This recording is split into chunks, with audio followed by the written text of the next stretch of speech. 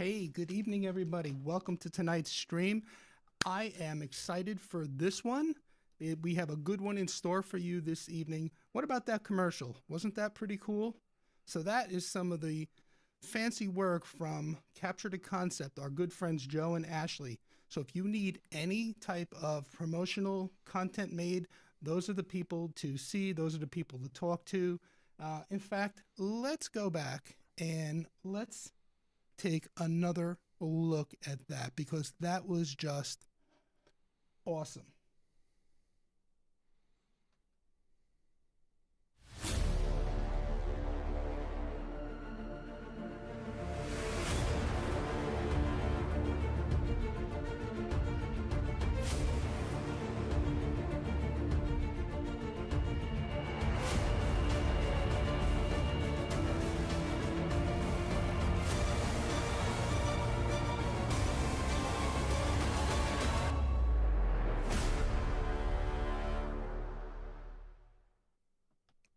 Isn't that something? I think so. I'm excited to learn about this Mr. Net tonight, and I hope all of you are here for the same reason. We have a good friend in the house, Joe from Streaming CT. So let's get Joe on the screen. Let's welcome him. We'll both say hello to some of you in the chat, and then we'll kind of get into it. So let me bring Joe up. Hey, Joe. Hey, everybody. How are you?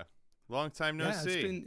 It's been a long time. It's actually been about a year or so since we've done anything together, and I'm excited about this one tonight because I know you have some exciting things to share with us. A new exciting device that's big in the world of, well, it's going to be a big step for live streaming technology. So I'm excited. So before we jump into Mr. Net, let's just say hello to a couple of people in the chat. We have 11 people here. So let's see. We have, let me bring it up here for 1 second. We have Dennis Pillow in the house. Hello, Dennis. Thanks for joining. We have David Grishko in the house. Good evening, David. Thanks for being here.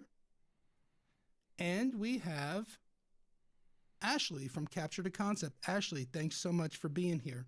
So I know we have more viewers out there than are in the actual chat. So folks, say hello in the chat. Let us know you're here.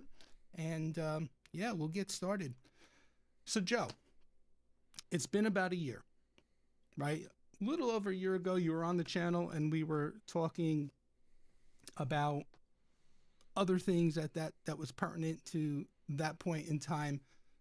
But what have you been up to? It's been a while, you know, let us know, like, what have you been up to this past year? Because there have been quite a few changes, right, in your life and Ashley's life, big major steps. So why don't you fill us into what you guys have been up to?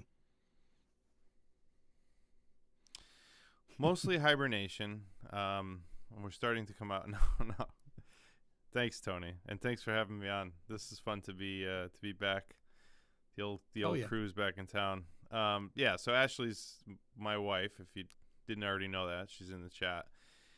And we both had worked in the corporate world for, I don't know, about 15 years at this point. And it was time to leave the corporate world, honestly. It was just we both decided we wanted to go out on our own, start our own business together. And that's what we did. So June, I went full-time with our business, Capture the Concept, and then under that is Streaming CT, which is our live broadcast business. And Ashley went full-time earlier in the year last year, in like February. I went full-time in June.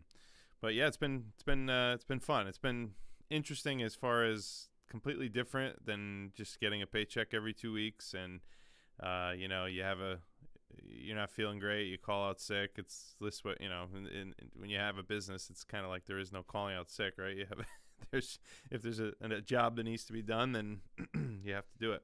So, but this is what we really have always wanted to do. I've always been around the audiovisual space and the IT space, and the nice thing is these two spaces are melding together at this point, and Ashley's really good with customers, and she's really good at, like you saw that commercial that, thank you, Tony, for rolling that, where honestly, it was a fairly simple commercial we created. Had the idea with the lighting of how to do it, but Ashley really brings the creativity to it. Where those of you who been on the channels and have had me on or have seen me on different channels know I'm kind of a tech nerd. So we balance each other well. And yeah, so that's kind of the long and short of the business piece. We do video production. I'm in a podcast studio. You can't really see the whole thing because I have it a little bit set up for this for tonight. But we built a podcast studio, and we're based in Connecticut, Farmington, Connecticut. And we also do video production, like on-site commercials. And then we also have our live broadcast, live streaming business. So think corporate events and corporate AV, hybrid events where you have hundreds of people in the audience, but you also have presenters remotely, and you need to try to, or attendees remotely, you need to try to do like that webinar type style. So that's mostly what we do. And yeah, Tony, I think so. Cover it? Yeah. We are getting a couple of comments in the chat that there's a little audio sync issue with your audio. So I know you're coming into me via SRT, and you're mic'd through your camera. That is correct, right? Yes. So the setup is this condenser mic goes into a Sony camera, and it's goes right into the camera, and then I'm taking SDI out of that directly to a Blackmagic Design web presenter here. So there's no audio interface or anything in the mix. I wonder if you put your headphones on in your 2ME if you see a lip sync issue. And I'm also curious how bad it is. I'm going to cut you up to full screen for a second. All right. Now you can see the whole rack here next to me. I'll give Tony a 10 count here.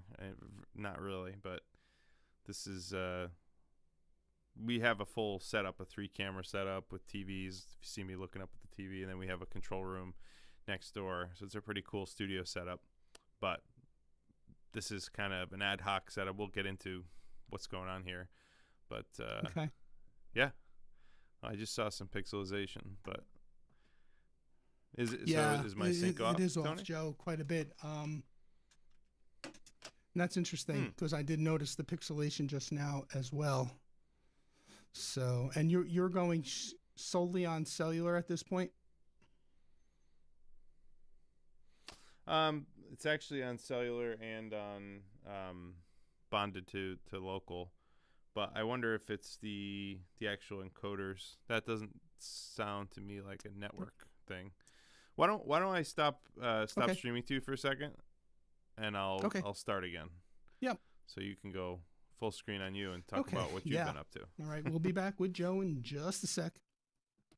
All right, so while we try to figure out what's going on with the audio sync issue, we were perfect before when we were testing, so I'm not sure what's going on now with the stream. What have I been up to? You guys, if you've been following me, you'll know that I kind of revamped a lot of equipment in the studio here. I posted a couple of shorts, actually a short video, and then I followed up with a short yesterday. So I have a brand new rack over here to my left side. I got the brand new 2ME, and that's an interesting story that I will save for another live stream when I do my own monthly stream, because that was an interesting, it's been an interesting transition. So I'd like to share that with you guys. But overall, been, getting through the holidays and working still and keeping busy. Work's been picking up, been doing a lot of proposals for clients, so that's a good thing. Been doing the Schwartz Talking Sports show, the live show on Wednesday evening. That's been doing really, really well. For those of you who are interested, next week we are having Brian Holloway up on the show live. And then for the January 31st show, we are working on getting an MMA fighter in to have an MMA show. And then we are also looking beyond January. We are working on getting Charles Oakley not Charles Oakley. We had Charles Oakley. We're working on getting Charles Barkley, who was supposed to be on last night, but due to a scheduling conflict, he couldn't make it. He had to actually be on, I believe it was CNN last night, and obviously that takes priority, right? So, yeah, we're working on trying to get Barkley back in the book, and then we'll see where it goes from there. So, in any event, I see Joe's back. So, are we ready to cut back to you, Joe, and see what happens? Am I back, or You're am back. I sort of back? So, you guys... Well, I turned off the camera, and I turned off the encoder. So, see if this is any better. Like I said, I don't think this is a network thing. I think it's we're running SRT, and these web presenters now do SRT from Blackmagic Design, which they didn't used to, and I suspect maybe they maybe haven't had that completely figured out So yet. Ashley says that there's still a delay, So. but not quite as bad.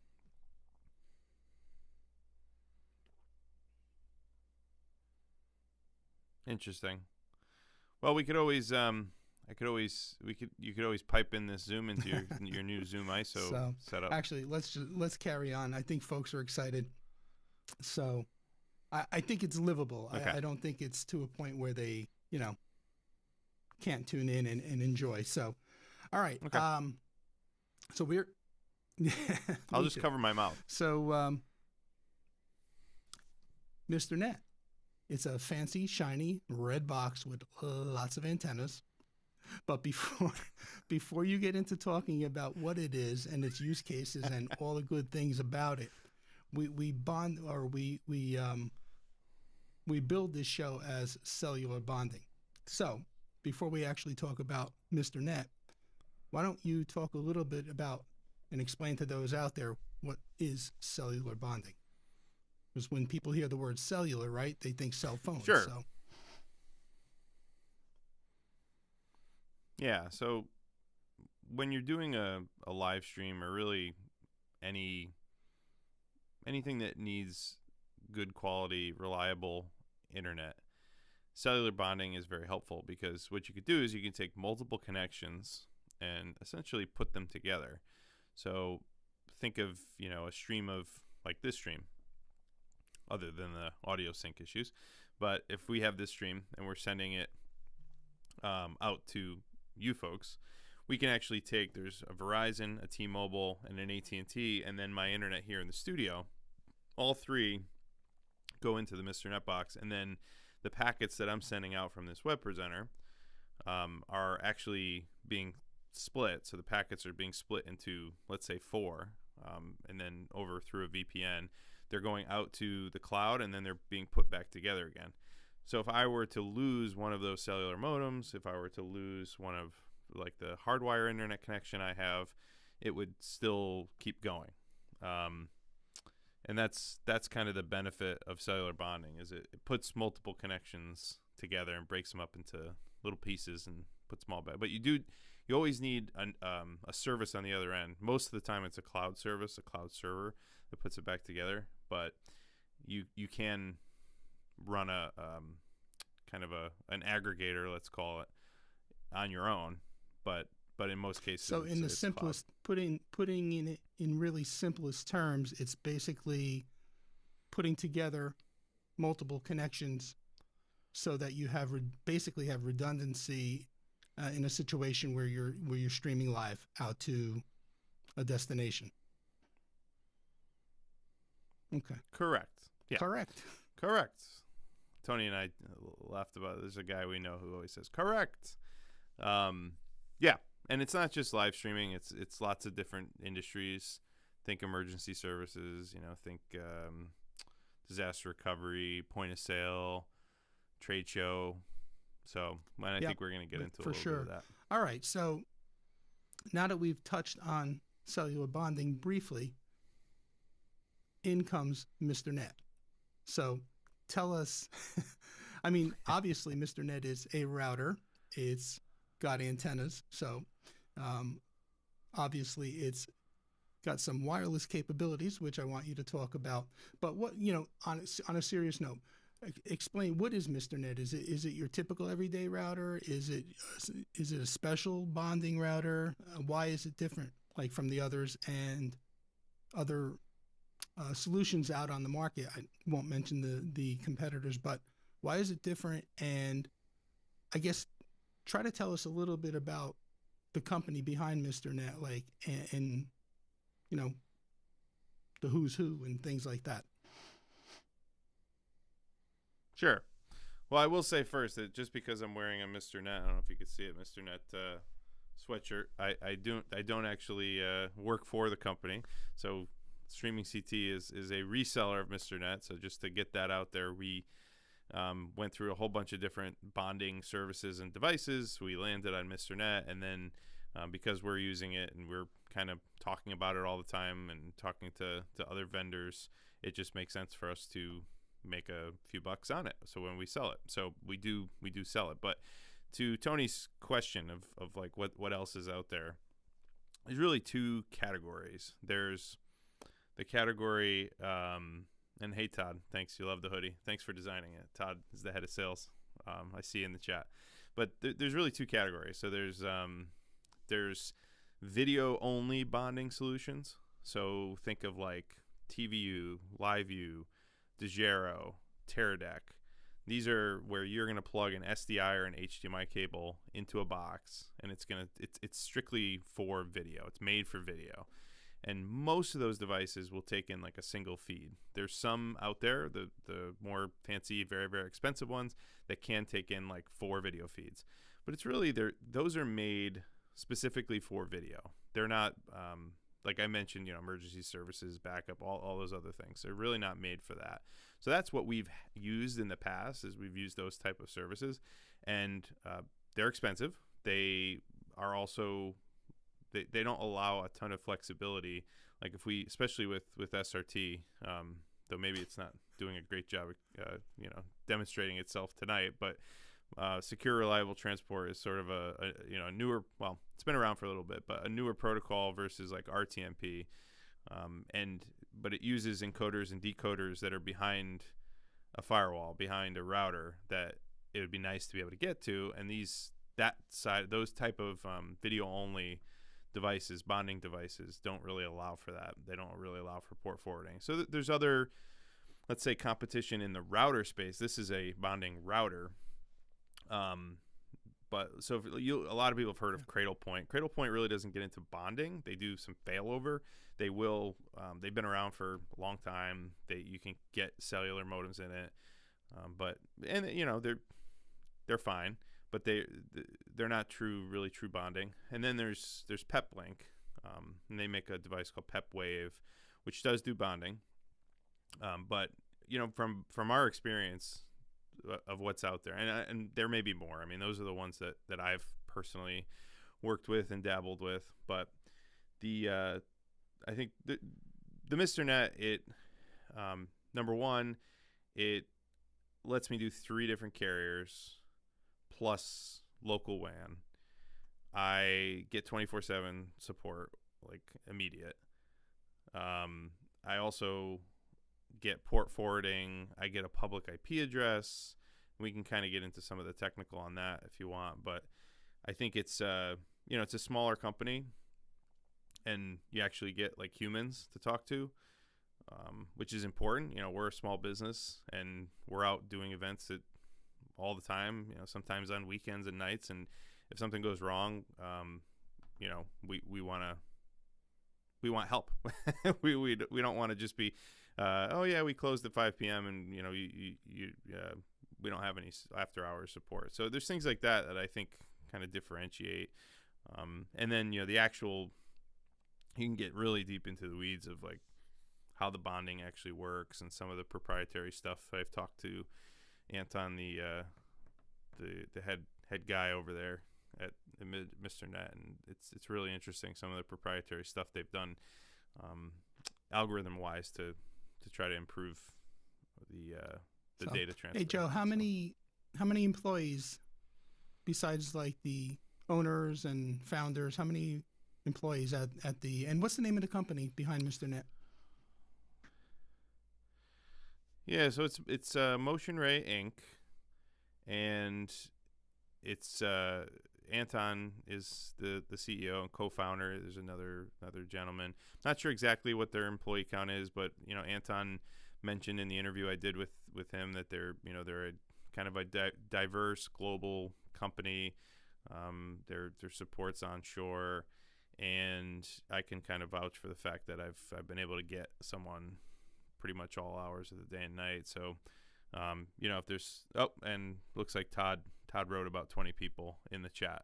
Todd is Welcome, the head Todd. of sales. Most behind the scenes and support and coding. So thanks for joining, Todd. Things on the internet with Todd. That's a great channel name. That's cool. I remember watching that interview you had with Anton, and I think one of the things he was really proud was basically you send the box to somebody and they take it out of the box, basically plug in the power, plug in the cable, and you're up and running. Like, they want to make it like a complete turnkey solution for the end user. Now, you've had it for a while. Is it really that simple? Is it that straightforward? It is. Yeah, I mean, the reason being is that when you buy one of these boxes, so I went through the buying process myself.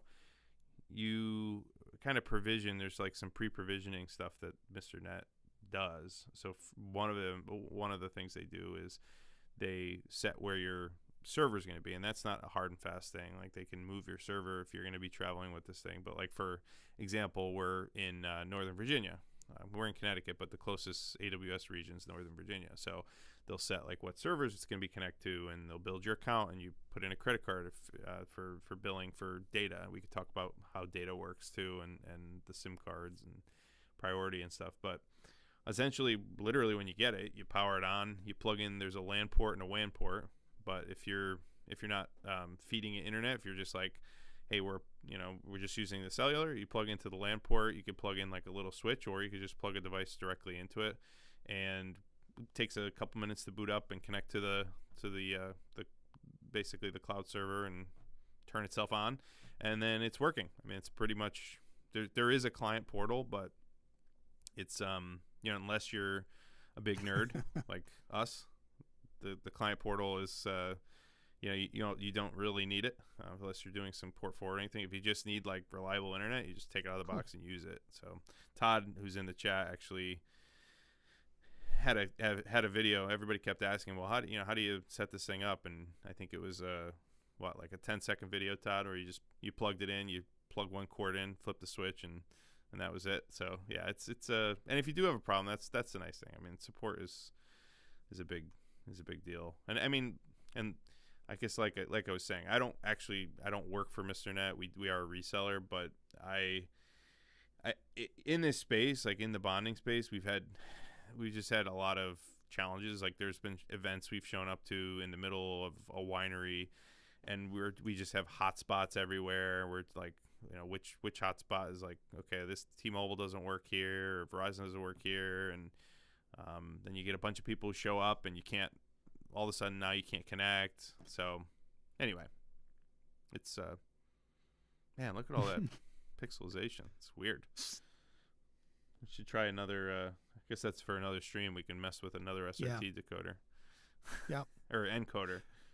So, Tony and I have what 6 or 7 we've been playing with of all these different SRT decoders, encoders and decoders. So as far as the bonding multiple connections, Joe, I remember Anton in the interview with you said it could support currently up to 5, correct? So you got 3 cellular, 1 hardwire, like say venue internet, let's say, and then the 5th we mentioned earlier prior to the show could be Wi-Fi. But could you speak to all that? Yep. So it is 5 connections. So you're exactly right. There's 3 cellular connections. And then you would plug in, like, for example, right now, I have this blue cable. It's coming from the other room that's going to my router and feeding this. So I have 4 connections at the moment. There's also a Wi-Fi dongle that you can either use as to broadcast Wi-Fi so you can connect to it, or to connect itself as a client to Wi-Fi. But I'm hoping, and you know, Mr. Net folks can jump in. I'm hoping in future revisions there's the Wi-Fi somehow built into it, so you don't have to carry the dongle. So I mean, for our purposes, and I think for most like live streaming folks, we're probably like I would probably never use the Wi-Fi. I would use the wired, and then I'm going into this box I actually just finished building. I have a Protectly with PFSense running on it, and then a switch. So and then I have a whole. I'm gonna probably do a video on this, but it's this way I can use the.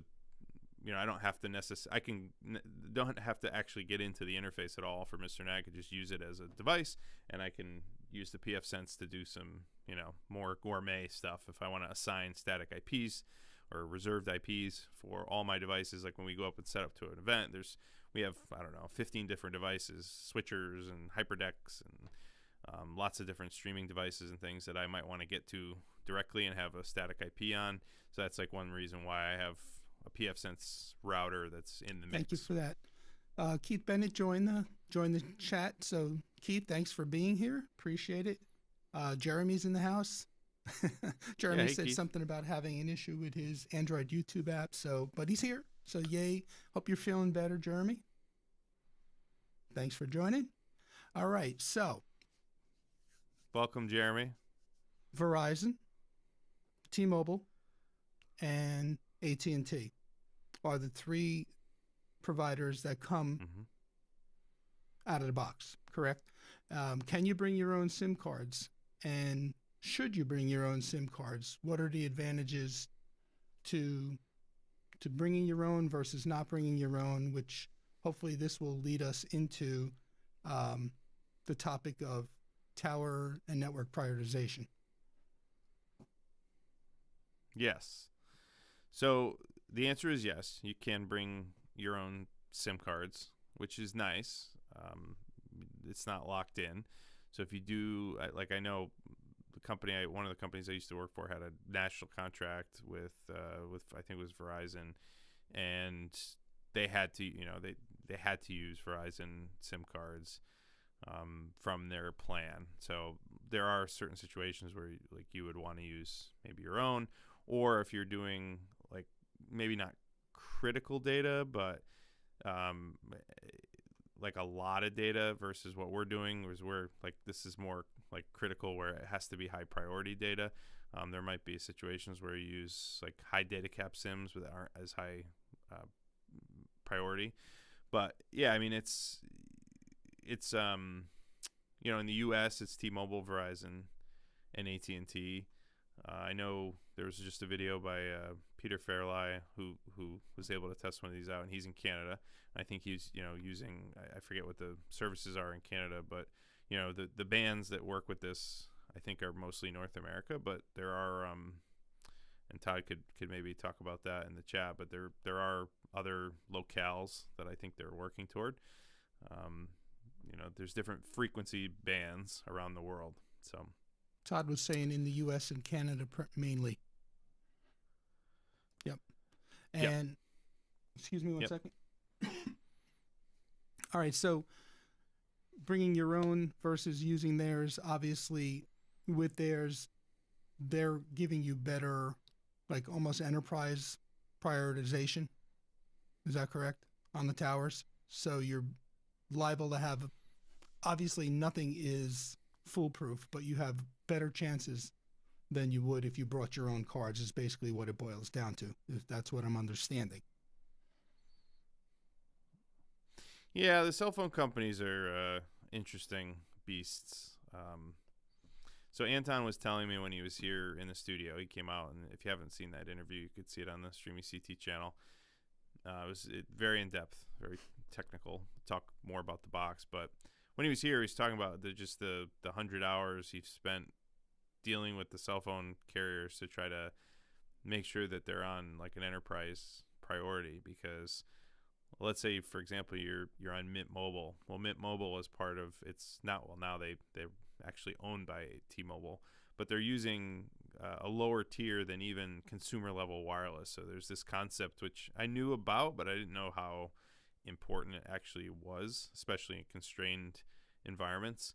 So it like, you know, it goes the tier 2 kind of like beneath. There's only 3 carriers in the US. There's T-Mobile, Verizon, and AT&T. You know, Sprint and T-Mobile, Sprint's gone and it's now T-Mobile. There used to be 4. So when you talk about like cell phone towers, there's only 3 cell phone towers in the US. So if you're on a Boost Mobile, a Mint Mobile, Right. a Google Fi, a Comcast Mobile, whatever it is, you're on one of those 3 type of towers and you're deprioritized. So then you get into like your consumer level cell phones and your business level cell phones, your home internet, like cellular home internet is very popular these days. And then you have your enterprise plans and you have your like first responder plans. So for example, AT&T has FirstNet. And after, I think FirstNet was actually developed after 9/11 because the cell phone, like in New York City, it was just like you couldn't get a call out. And a lot of times that's what happens. Not just like, you know, and things as horrific as that, but if you go to a stadium, a football stadium or something, and you're trying to live stream, that's an example where prioritization would be really important. Major metropolitan area. So we're in Connecticut, kind of the middle of Connecticut. So we're 2 hours from New York and Boston.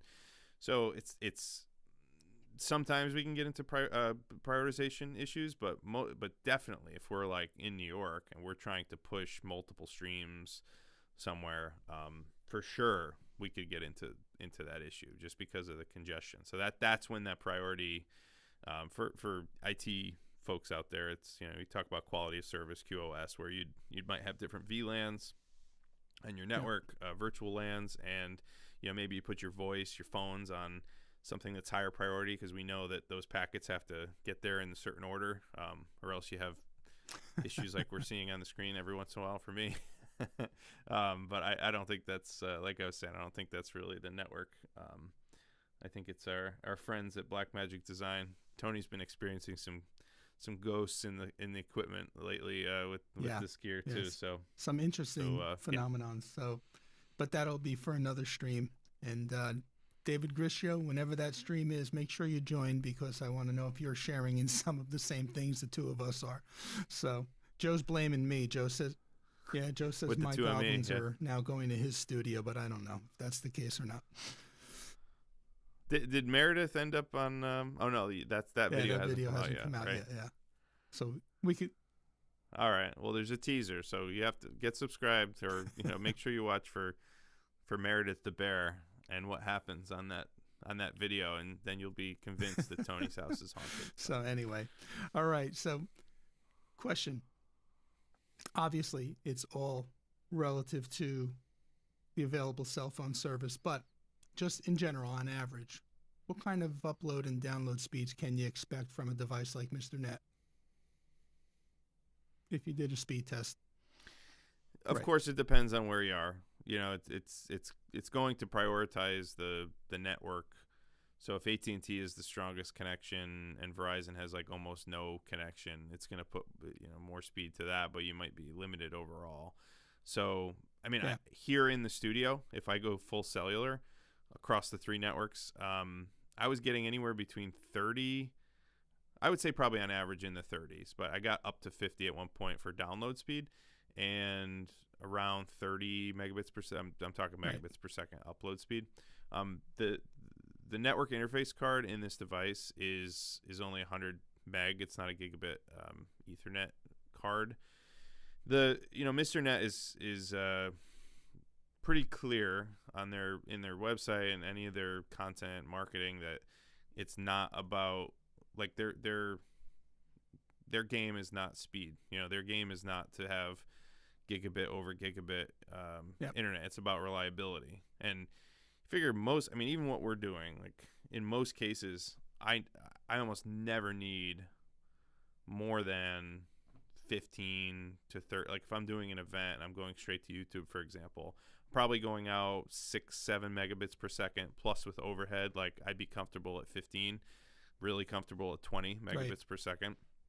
If somebody's doing like point of sale or something. Even, I mean, I'd say video is probably the heaviest user. So I think that's their feeling on it is it's better to focus on the reliability than trying to just get the fastest 5G or whatever. Like but I think I think Anton was talking when he was here live on camera about future looking at 5G stuff and looking at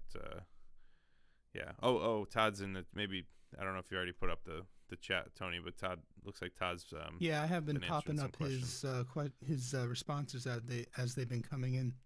So there's another one. Yeah, I have a TV up here. That's why I'm not looking into the clouds here.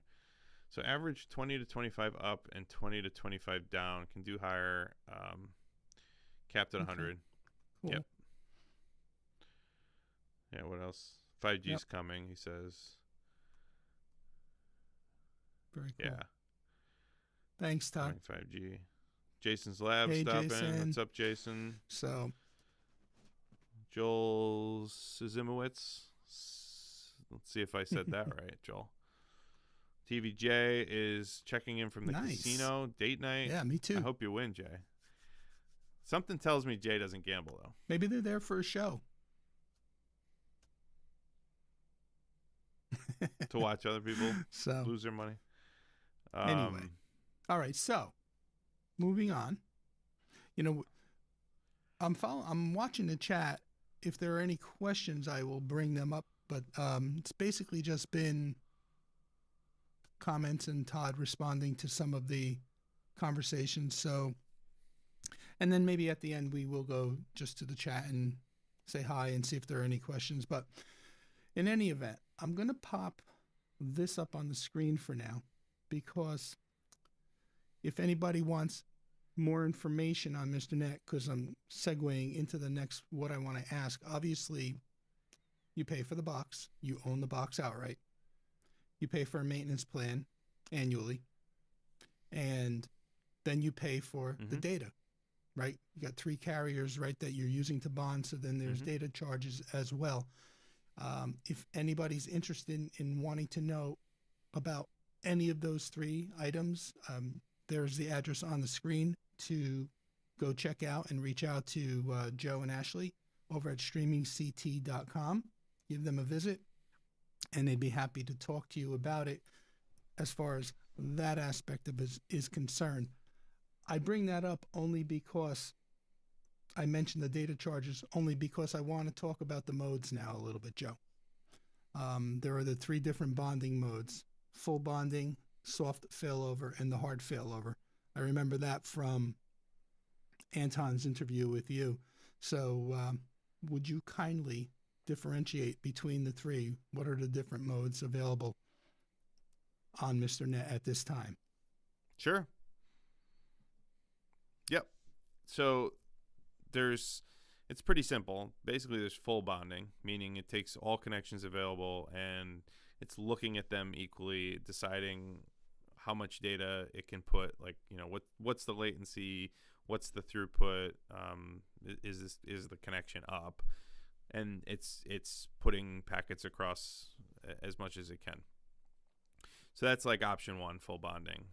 Option 2 would be option 2 and 3 are sort of failovers. So you can have a hard failover, which would mean, let's say in a like a non as critical situation where you just want to run on your main internet, but then when your main internet's down, you want it to fail over to your cellular bonded system.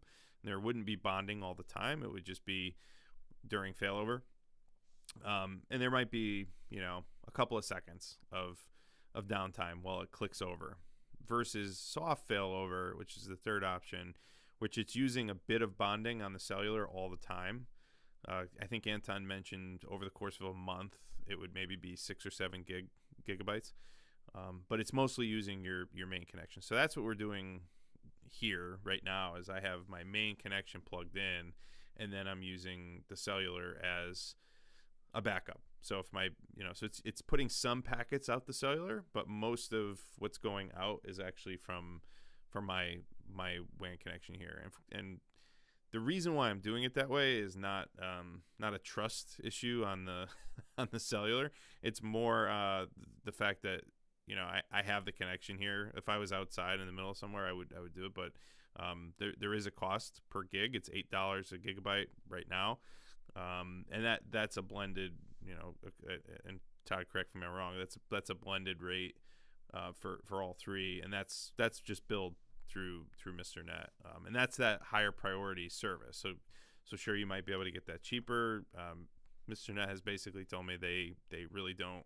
They're not in it to make money on the data. That's why they don't force you to use it. It's just you don't want to have to get. I mean, I literally had contracts with AT&T, contracts with Verizon, contracts with T-Mobile. Then we had the sub-tier carrier. I had so many bills and contracts. It was like insane. So honestly, just for the paperwork, it's nice to just use the thing and have my card get billed and it's usage based. So I come from the world of cloud where you turn a server on, you use it for a certain amount of time, you turn it off. Like that model to me makes sense, and that's a lot of the other bonding services out there are either the same or more expensive. I don't know what I was paying, but every time I would do an event, we were using Teradek a lot. I would maybe pay $50 an event, which is probably comparable to what the data would be, on here for a particular. All right, event. I want to get to two comments from David Grishko, but before we do, I just want to,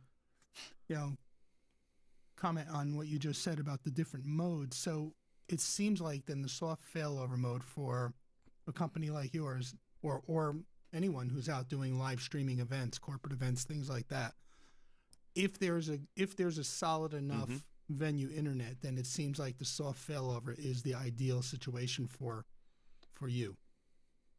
Would you say? Right. Yeah, because there would be virtually no downtime. It would pick right up. Versus if like the hard failover would take maybe a couple of seconds to spool up the cellular. I'm glad you said that, because if we look at David's comments, David wants to know, and this is totally up to you, can we test the failover live? And he says he wants to see, from my perspective, how long it takes you to come back. Well, I will say this, David. We did test this once. We did test this once before, and it was a matter of less than a second before Joe was back. There was a split second of a freeze frame, and then he was back. So if that's up to you, Joe. If you want to do it, let's do it.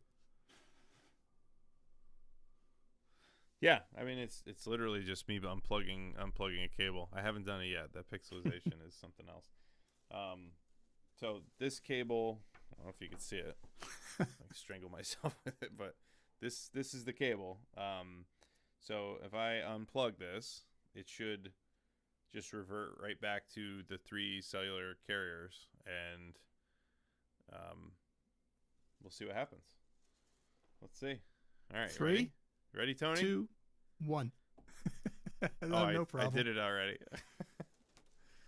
All right, look here. I'll show you the end of the cable. It still says on air on my encoder. This is the end of the cable right here. Yep. So there's nothing else plugged into this box. It's just cellular. We might as well run on cellular. I mean, it really was that quick. So did it blip at all on the SRT I didn't see it feed? But then again, I'm looking at 5 different screens here on my monitors. So I mean, David, did it blip? David said, yeah. I didn't see a drop. Wow. Very cool. So. Yep. Yeah. So it's so we're running fully on cellular. That's it. Todd says, I'll keep it on cellular. Blended $8 includes Verizon, AT&T, and T-Mobile in every single gig. No caps, no throttling. We have some high cap plans, also about $350 a month for 1 terabyte, including all 3 carriers as well. Thank you for that, Todd. Yeah, and David says, didn't see a drop. So, and Todd says you won't see a drop, no drop at all, as we have just proved. So yeah, very cool. So I'm actually sitting next to Tony in his house. So plugging back in switches back. I wish. I believe that is true, right, Joe? If you plug the cable back in, it's going to go back to the soft failover mode. Yeah. Yeah, if it's configured that way. So my particular box is configured to do that. But yeah, that's so that's the idea, is that if it drops out, and I've said this, if you've watched, I've done a couple of videos on this. We have had probably half the time when we go to a venue, a lot of like venues just have terrible internet. You go to the venue and they're like, oh yeah, here's the Wi-Fi, or here's the connection. You connect and it's like, all right, it's all right. Latency's a little high, the speed's a little all over the place, but it should be enough for a stream. And then people get there, it's all shared. The guest network is totally bogged down, and like we lose the connection, right? So, or it goes away, somebody trips on a cable. So there's so many scenarios where it would go away for a bit and then you need to come back. So that's what that is. I mean, I think for this one we might as well just keep it on cellular and see what happens. See what it does. I'm curious to switch over to cellular now, if it had any impact, good or bad, on the audio sync, the lip sync issue. I would guess no. I really don't think that's a connectivity, because you got to think of it this way: it's the audio's being encoded here, and then it's like between it's just data packets at that point between here and you, and it's encapsulated into the SRT kind of transport mechanism, right? So the actual, it would be almost impossible for the actual data to move the audio, like unsync the audio packets. It's likely in the encode or decode process somewhere between, as Jeremy taught me, there's a problem between the seat and the keyboard was the funniest one I've heard lately. I can vouch for the fact that we did test this earlier just to make sure everything was going to go okay, and we recorded part of the test, and I can vouch that Joe's lip sync in the recording was spot on. So kind of not sure what's going on when tonight. So it's the ghost. I'm pretty sure it's the ghost. In any event, so David's. I'm gonna guess it's the. No problem. Sorry, I was just Tony. pulling up David's comment. So David says, so with SRT, it's pretty dang reliable. SRT in general is it's built for reliability on unstable networks, right? So now you're combining the power of SRT with the power of Mr. Net and cellular bonding. Yeah, it should be pretty dang reliable. He says, I need to get one of these for the church. Well, I'll put the number back up on the screen, or the web address, David. Well, you know how to get in touch with Joe. We had Comcast fail during a live stream. So there you go. Yeah. Yeah. And when you divide it, I think people get kind of nervous about cost sometimes. But if you look at it in perspective, so like, the box is $1,000, and then it's $1,500 a year for the service and also the 24/7 support. But if you compare that to like a TVU or a LiveU or any of these bonded solutions, it's comparable, if not cheaper. And I think the thing to think about is on the back end of this, there is a server, an EC2 instance in Amazon that has to run to make the aggregation work. And then there's another basically like application server that's connecting for management of it. And then there's the support piece where someone's able to, they can actually SSH into the box and fix things. Like you never have to, I just chat them, and I'm getting to know them now. They're like, oh great, it's Joe again. But I'm like, hey, why does this do this, or why does this do that, or even if you have questions. So it's definitely not something like maybe you'd have in your house, though some people do, like if you have the funds. But if you're doing this for a living, like we're doing streams all the time, to have like a reliable bonded service, $1,500 a year is like, you divide that out per month, Right. What are we at? it's I think I did less that. than It was like $200 a $100. month to be It was able like to go ahead. $130 a month.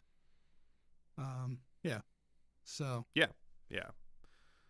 I mean, my Dropbox subscription is $125 a month for our 5 users. So Todd says 123. It works out to a month if you want to look at it as a second ISP situation.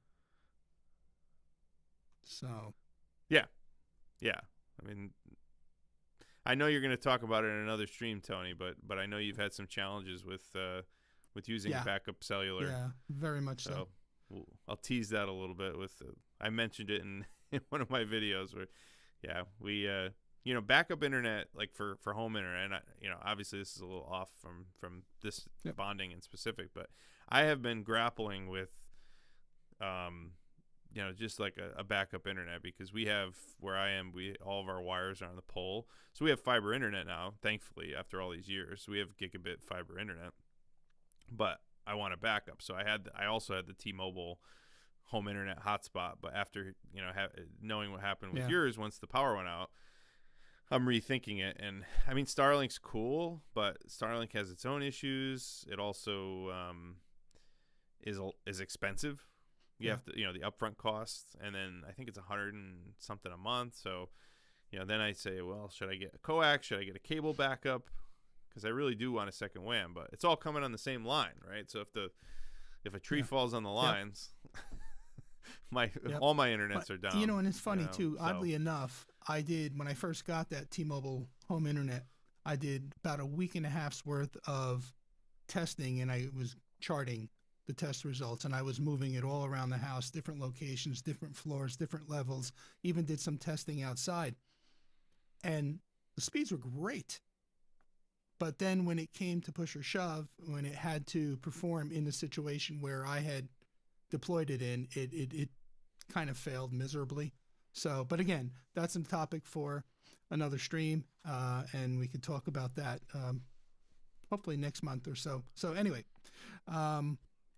well, I do want to touch on two more things with you, Joe, and then I do have one final question. I'm glad Todd is here. Final question for the chat or for the show is probably directed towards Todd, but I want to touch on with you this, from a cybersecurity standpoint with Mr. Net. I mean, we, being the tech nerds that most of us are, we always, take up with cybersecurity and privacy and things like that. How secure is Mr. Net, and should one be concerned? I mean, there's customer support, which is 24/7, which we'll segue into. So I don't know if you can see where I'm going with it, but go ahead. Yeah. I mean, again, I'll preface, I don't actually have access to the servers and the actual what's going on behind the scenes, but I can tell you what Anton has mentioned to me and like what I've experienced. And I'll also say, no matter what you're doing, best practice is to encrypt everything. So if you do have sensitive data that you need other people to not know of, it's forget about Mr. Net, encrypt it. That's that's like the world we, like when I was at Amazon Web Services, that's what we, customers would say, well, who has access to what and this and that, and sure, we didn't, even though people were like, you have access to my S3 buckets. No, we didn't, but encrypt it. Don't trust it. Like, we would literally tell people, don't trust us. So I guess that's my first caveat is, have a zero trust policy in life of IT. But specifically on the Mr. Net stuff, I guess let's talk about transmission first of all. What Mr. Net actually does is set up a VPN connection between this box and the aggregation server. So it's also splitting up. So it takes a single packet from what I've been told and actually splits it up into 4. So now you're going over 4. That single pack is going over 4 networks. So if you were to sniff one, let's say you were able to get into one of those networks and sniff it, you wouldn't have the full piece, right? And then you're also encapsulating that into a VPN that's going up to an EC2 instance. So you get some benefits on an EC2 instance of like DDoS protection, and there's a public IP, your actual static IP, or what AWS calls elastic IP, is on a server on AWS. So you get some inherent protection against things like DDoSing and all that. And there's the ports aren't open to this router unless you do a port forward, which is something we probably could touch on in a minute, Tony. But yeah, so I mean,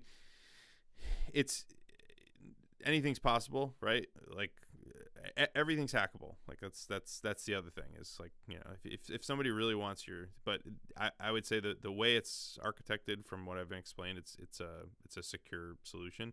And then, like, from a access perspective, Anton was explaining to me that they have monitoring and they are able to get into the boxes, but not actually, they're not seeing traffic.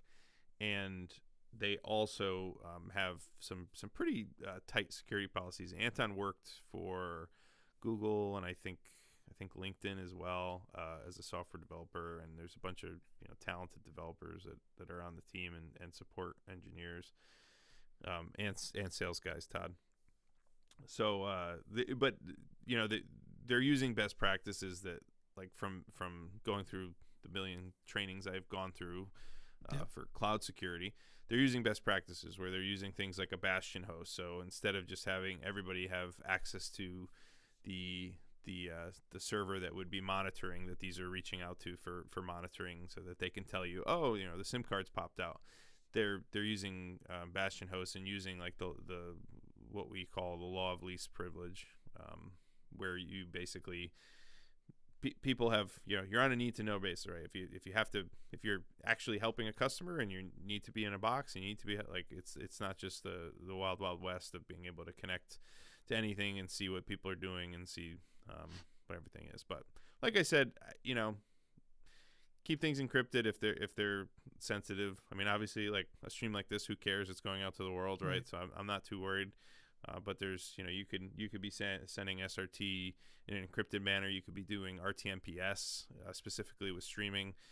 You can be, there's lots of different ways to encrypt all kinds of different things. Phone communications, if you're doing, like, secure phone for, like, I'm sure emergency response and things like that. There's all kinds of secure stuff you can appreciate do. that. Yeah. Yes. No, Hope it does. that answers your question, Tony. I could honestly say one of the things that I was so impressed with, again, watching that interview with Anton, was the customer support. He prides himself in the customer support. There's always a live person to reach out to, is the claim.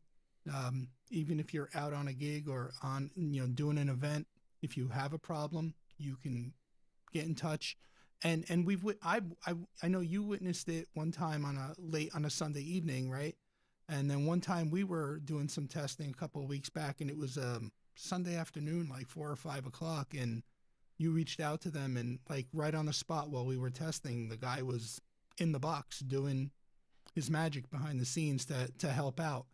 So the customer support seems like an extremely big part of their philosophy and business model, which is a great thing. I guess and if you want to talk to that, that's fine. But I guess my concern is and Todd put the pricing in there, I spend the $1,400, $1,499 a year. I buy the box. I'm paying for data.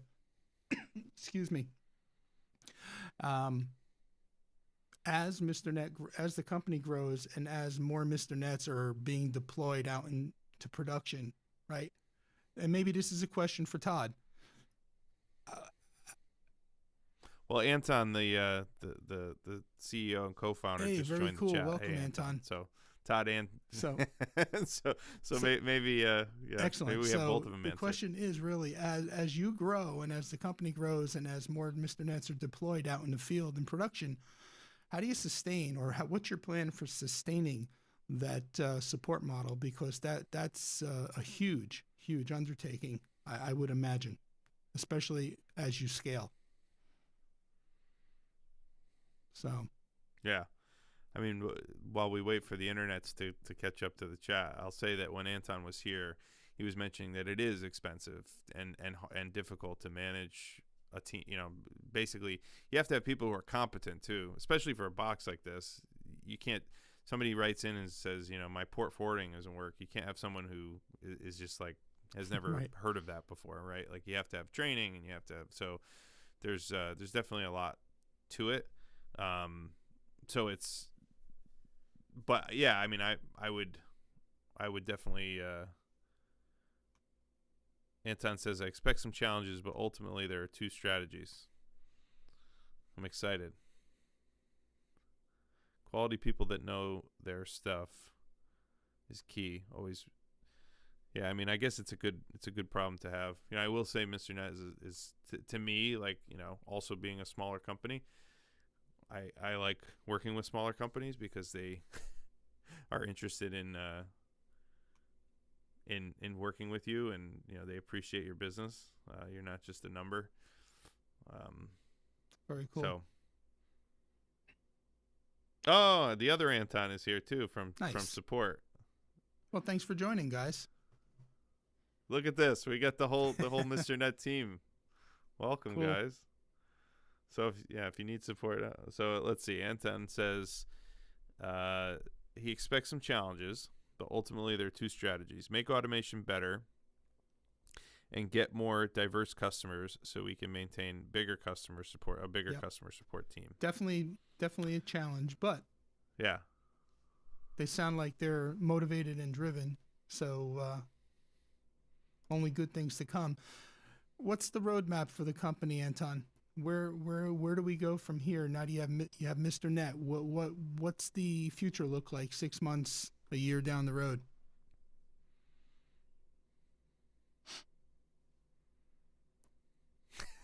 It is kind of funny to talk to the chat, right? Let's bring him on. So come on, Anton. Well, while we're waiting for that, Anton? I'm going to roll back to a comment from David. Excuse me. David Grishko asks, how well will this work with Zoom ISO with 4 1080p channels? Interesting that you asked that. Yeah. Well, Zoom, it should work fine. But Zoom ISO is interesting. The original version of Zoom ISO essentially was just like a Zoom call that pinned the callers like in a virtual window, and then used Siphon and a few other things on the Mac to spit it out. Now what Zoom ISO seems to be doing is Zoom released the raw data APIs, so you can actually pull separate feeds of audio and video from the Zoom mixer up in the cloud. So what seems the long-winded answer to your question is you are actually, every time you pull a feed, it seems that you're pulling a full fat feed. So if you had, let's say, you know, let's exaggerate and go, you had 12 or 15 people on Zoom, you're pulling it down. You're probably pulling a 6 meg times 15 or times 4. So I think it's more of a function. It's less of a function of the application of Zoom ISO. It's more of a function of like your data limitation, because Zoom ISO is a little bit data heavy, you know, versus just we're sending one stream out here, or we're sending like 1 or 2 streams out. You would actually be pulling down, let's say in that case, 4 1080p streams. Let's say they're 6 to 8 megs per second each, megabits per second each. So let's say it's 6 times 4 is 24. Let's say you're sending a return feed that's also 6.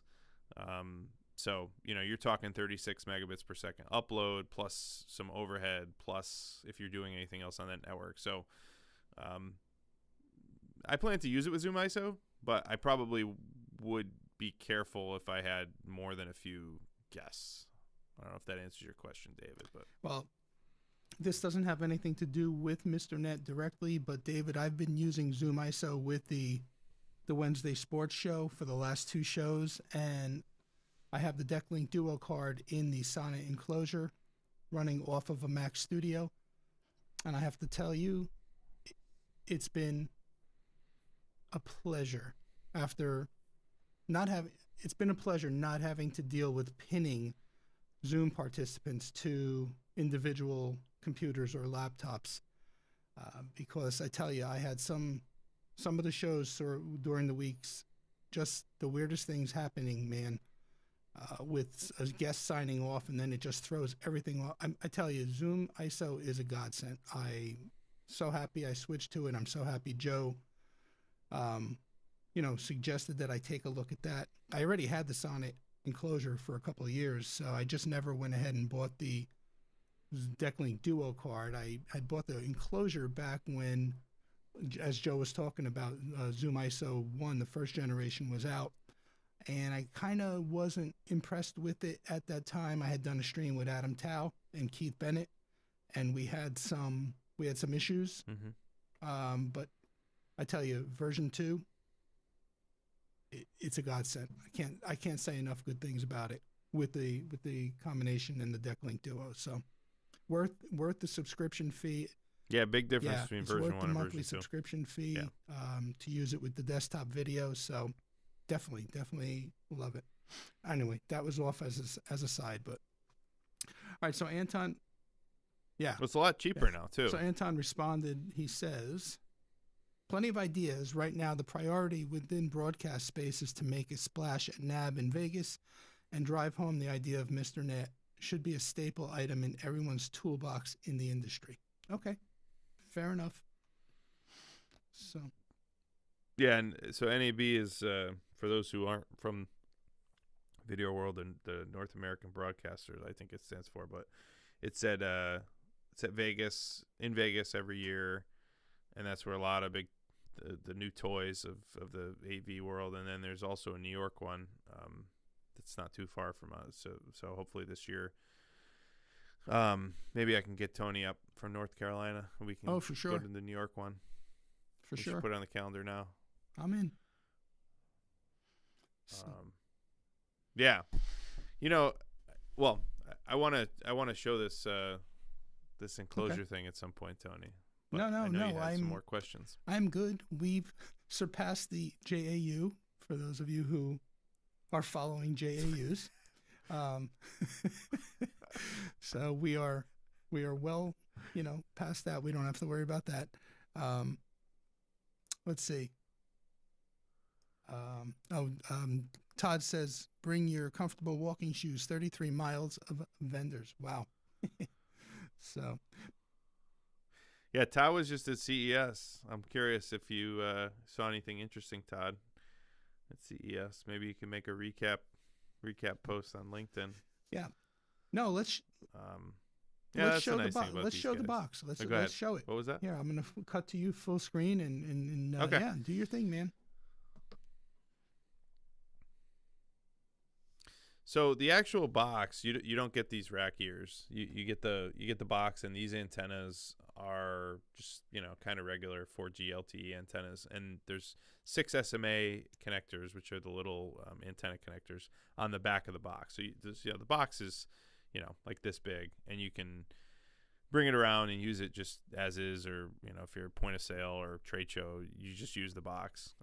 For my case, and I think a lot of others, I want it to be rack mounted. So I've been working on building this rack, and I had these rack ears 3D printed, and then I have these SMA basically couplers that screw onto the 3D printed rack ears, and then the rack ears screw to the box, and then I have SMA cable jumpers that go to these antennas to the front, so I can put these on the front. And then right here I have a drawer, so I can actually take these off, put them in the drawer, and it's hard to see here, but there's a Unify access point that I mount on the side that comes off too. So all the antennas and the Unify access point can go into the drawer, and then I can close this thing up.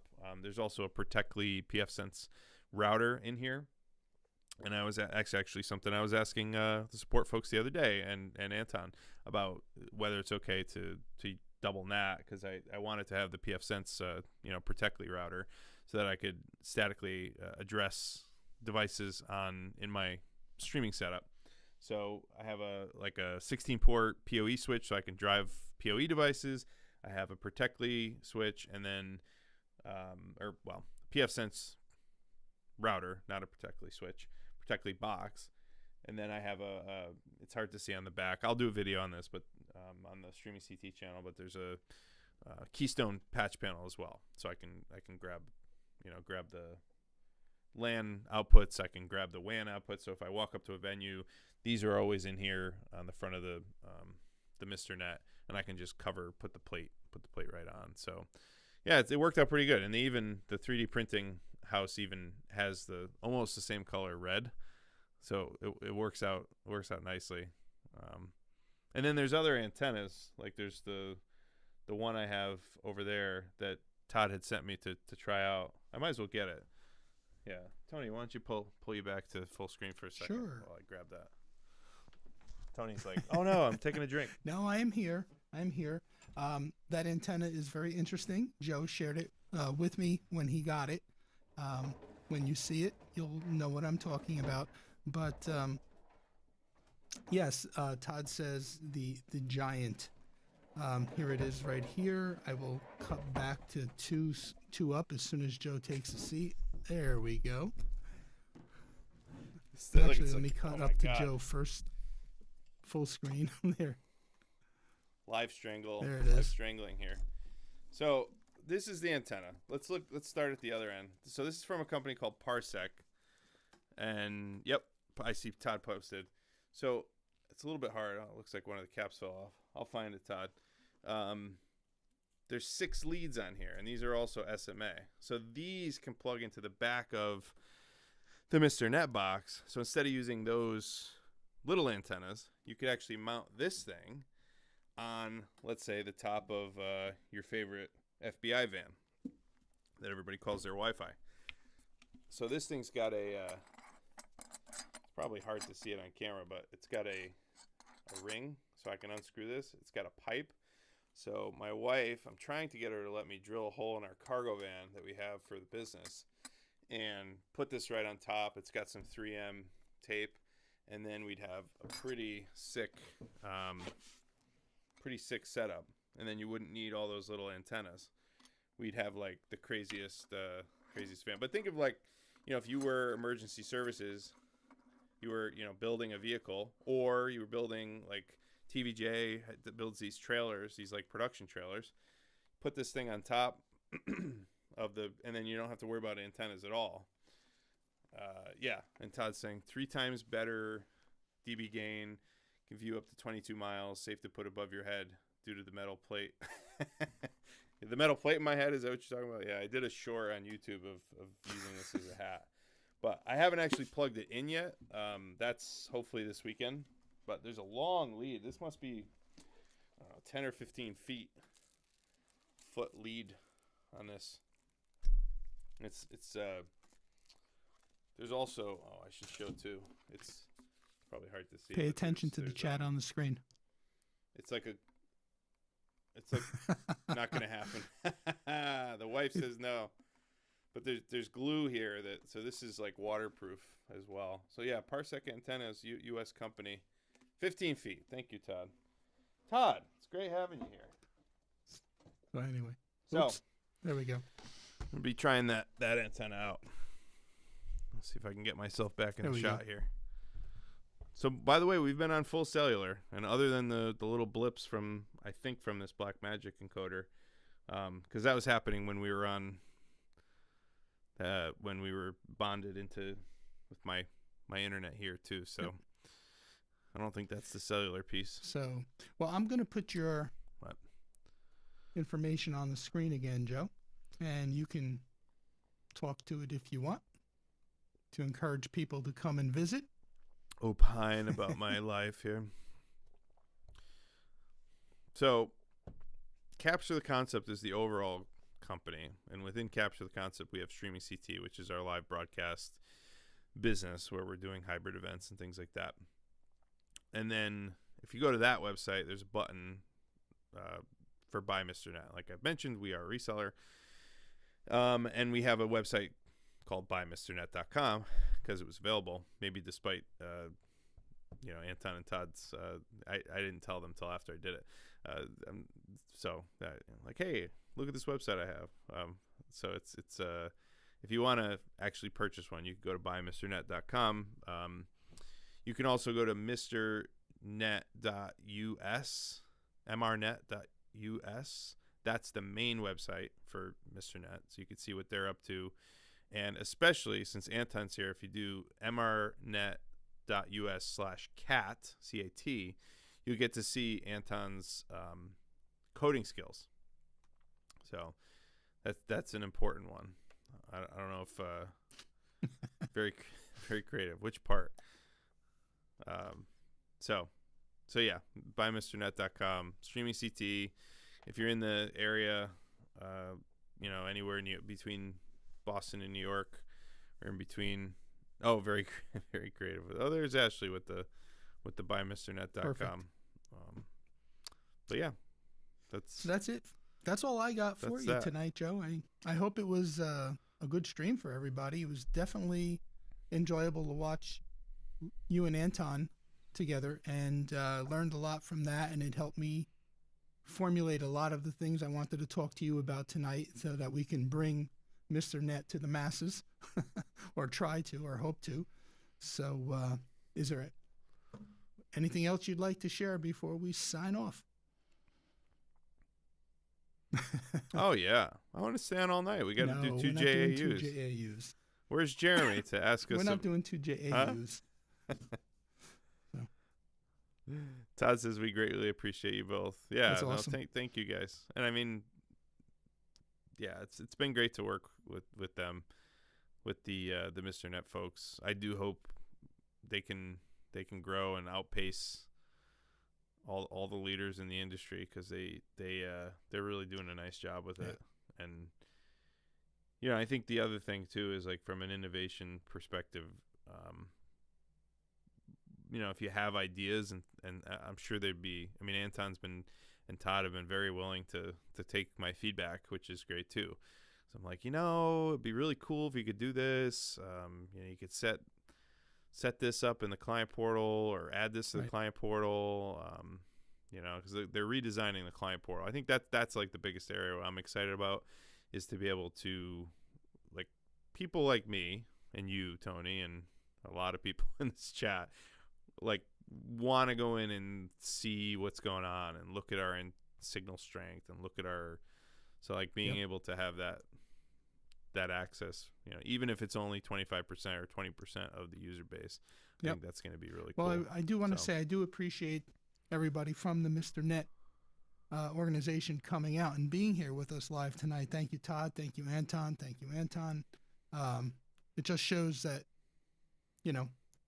a little bit about you and your company, and I do appreciate it very much. Oh, let me tell one more quick story, Tony, about the Anton thing. So, they're a smaller company, right? So the first time I had support, you don't have to put me at full screen, but the first time I wanted to use support, it was like 10:30 on a Friday night, and I chatted in, and it pops up on the screen, Anton. I'm chatting with Anton. So I'm like, oh, well, a startup. Of course, the CEO on 10:30 on a Friday night, it's Anton. So I'm like, oh, hey, what's up, Anton? And he's like, I'm like, you are the same Anton, right? He's like, oh, no, I'm a different Anton. And he's like, actually, we have 3 Anton. We're all named Anton here. So it was very funny, because I didn't realize there were 3 Antons. I just figured it was like, it's a startup. It's a small company, right? A smaller company. Like they must do, Anton must be doing the support. So. But yeah, no. So you've seen the 2 of the 3. I think there might be more. I mean, I don't know how many Antons. Maybe Todd is the only 4-letter boring name. Went from knowing 0 Antons to 3 Antons overnight. That's awesome. Overnight, Todd says. That's hilarious. Yeah, I don't think I've heard the name Anton more in my life than the last couple months working with Mr. Net. So well, listen, Joe, I'm going to bring this to a wrap. We got 18 likes, so that's a good thing. That's a good sign. 18 likes. 18 likes. Wow. Yeah, hit that like button. If you haven't subscribed to Tony's channel, definitely do so. Tony's been doing this for how many years now? No. Too long. Yeah, Too a couple long. of years, Yeah, 6 years maybe. So Tony is a very humble man, but he is a retired educator and director of IT for a school system, and retired, but then decided that he was going to work even more than when he was working, and started up an IT business down in North Carolina, and then met me, and decided he would pursue his lifelong dream of doing TV, basically. So now he not only does he have his channel where he talks about IT stuff, he actually produces a sports podcast that's growing at the speed of light. They're actually going to have Charles Barkley on, which, I'm not even a sports guy, and it is interesting. So you should definitely pop in the chat, Tony. Your Swartz Talking Sports. It's with a friend of Tony's, Les Swartz. You could kind of see the set behind Tony. So if you're into sports, it's a really good show. So Tony produces that from his studio down in North Carolina, and we get to see each other every once in a while. Either I go down or Tony comes up. But yeah, Tony is a humble guy, but does a lot of really cool things. So appreciate you having me on. Oh, thank you. I'm just putting that in there now. Yeah. Oh, I love it. Dennis says, Tony, I believe I have been with you since your start with Willie. Yeah. I think that's probably when a lot of us met, because we did the Tech Quartet, as we called it, and a bunch of us, Willie Howe, myself, Funky Joe's Playhouse, and who was the fourth? Who am I missing? Or no, that's everybody. It was quartet. Yeah. 4. So we did a stream together, and that's kind of how we got to know each other. It's been a good ride. Do you have anything you want to say about the Swartz Talking Sport? It's a really interesting podcast. Maybe talk about a couple of the people you've had on. I did talk about it earlier in the beginning of the stream a little bit when you shut down and started streaming again. But we've had on so far, we had on Vince Coleman from the St. Louis Cardinals. We've had on Charles Oakley from the New York Knicks. We've had on Byron Scott from the L.A. Lakers. The last 2 weeks we had Bob LaBelle, the sports director at Channel 4 TV in Boston Sports. He's like the Warner Wolf of Boston. We were supposed to have Charles Oakley on yesterday, but scheduling conflict prevented that. So he was on actually CNN last night, and so we're going to try to rework that next. Barkley. What did I say? Oakley? Okay. We had Oakley on. Yeah, you had Barkley, right? I'm sorry. We were supposed to have Barkley on last night. Next week we have Brian Holloway on the calendar, and the week after that we are working to secure an MMA fighter. So we're going to do an MMA show. We're trying to get the Barbarian from WWE to come on, and so we can do a wrestling show. So we got a lot of good things in the works. We are eventually, I know you're not going to believe this, but we have a very good shot at getting Michael Jordan. That's in the works. Vince Coleman is actually playing golf with Michael this week and staying at his house. So Vince is working on that for us. So it's been a lot of fun. So tune in if you can on Wednesday nights live at 7:00. We're also on demand, obviously, on YouTube. We're on Google Podcasts and on Spotify as well. Check it out. We've had some really nice shows. We've been doing this in September, and it's been a blast. So thanks. Appreciate it. I watch every Wednesday night, 7 p.m. Eastern, right? Yep. Yeah, 7 p.m. Eastern. And I'm not even a sports guy, but it's entertaining, mostly because I get to watch Tony's crazy graphics. He's got all these, like, I don't know how, you must have like 6 hands over there, Tony, because he's pushing buttons. He's got stream decks. He's got macros. He's got all these things to run it all virtually from the studio. Like I said, I've had a pretty good mentor in you. So, well, thank you, Tony. I appreciate you that. as well. Yep. We've learned a lot from each other. We test a lot of this gear together, so it's fun. And it actually works. I mean, I'd rather have a friend close by, but I try to get Tony to move to the ice cold tundra of Connecticut, but he won't. But but it actually works out for testing because like doing things like this, we're like, all right, so if we're trying to send SRT, however many, miles, 800 miles, how does this work? We were just testing the Epifin Pearl Nano, and so I appreciate that, Ashley. Out. Tony's production shows me. I appreciate that. Looks like you're watching ESPN. If you get Michael Jordan, I don't know what I'm gonna do. I'm gonna have to like fly down there, Tony, and I don't know, at least push some buttons, help you out. Hey, we'll that. work something out. You can work part of the show from your studio, and I'll work part of it from here. Okay, no, there you go. I'm coming there. I'm inviting Anytime, myself. Joe. All right. Well, this has been a real treat for me. Like I said in the beginning, I was super excited for this. I've been looking forward to doing this, having you back on. It's great to have you back on YouTube with the Streaming CT channel. Please check that out. I hope to do this again soon in the future together. And I just saw this in the chat. It actually stopped me in my tracks. There you go. Very cool. Beautiful. So Tony, you're gonna get the demo. That. Huh? I'm looking forward to it. Yes. Thank you guys so much. Anyway, so this has been a great time for me. I hope you enjoyed yourself, Joe. Thank you again. I look forward to having you on, and I look forward to doing some more crazy testing that we always do. And yeah, that's it. As far as thanks for having me on, Tony. It's always fun. It's good to be back on with you. Yeah, so subscribe to Tony's channel, Quik Tech Solutions. If you haven't seen, I'm back posting videos on Streaming CT. I think Ashley put that in the chat. And yeah, I'm sure we'll be doing more together. Very cool. Thanks for having me on, All Tony. Right. And on that note, Joe, I want to thank you, Todd, Anton, thanks for being here. Everybody else in the chat that's been following myself and Joe over the years, thank you guys for being here. Look forward to going live with you again in the future. And on that note, I'm going to close by saying we'll see you all in the next video. Bye.